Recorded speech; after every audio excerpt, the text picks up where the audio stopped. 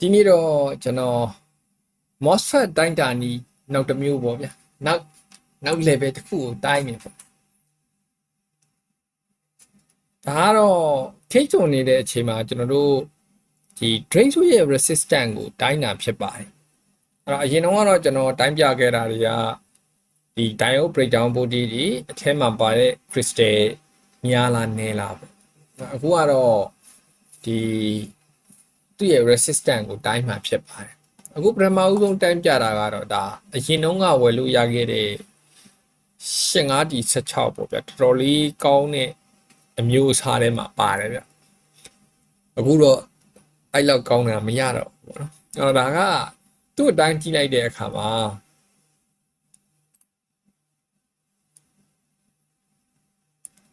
သူကဘလောက်မီလီယံရှိလဲဆိုတော့ 3.2 မီလီယံပဲရှိတယ်ဒါတကယ်စံချိန်စံညွှန်းနဲ့ကန့်ညီတယ်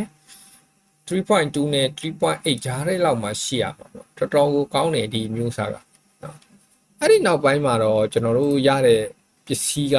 တကြီးကောင်းဖြစ်သွားတယ်သူကြတော့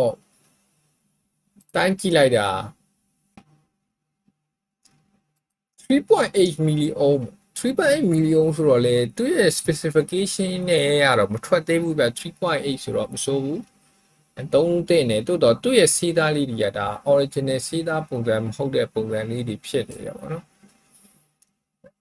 နောက်ဆုံးတိုင်းပြမယ့်ဟာကတော့ဒါကတော့အတူကြီးဗျသူက415ဆိုပေမဲ့သူ့ရဲ့ breakdown voltage ဒီ150volt မရှိဘဲနဲ့100 volt ပဲရှိနေတယ်အဲ့တော့တေချာတာဒီကောင်ကအတူဗျ breakdown voltage မှားတယ်အဲ့နောက်တစ်ချက်ကတော့သူ့ရဲ့ resistance ကိုတိုင်းကြည့် resistance ကလည်း415ဆိုရင်တကယ်ဆိုလို့မြင်ရင်ဒီလောက်မရှိတဲ့များတယ်ဗျ415ရဲ့စံချိန်စံညွှန်းမှာကမီလီယံက9မီလီယံလောက်ရှိတာပေါ့နော်ဒီကောင်က 7.2 လောက်ပဲရှိတယ်ဆိုတော့တေချာတာဒီကောင်415ရဲ့ specification တွေကလုံးဝမကန့်ညီဘူး breakdown voltage မှာလည်းမကန့်ညီဘူး resistance မှာလည်းမကန့်ညီဘူးပေါ့ဗျာဘာနဲ့သွားပြီးနီးစက်လဲဆိုတော့သူက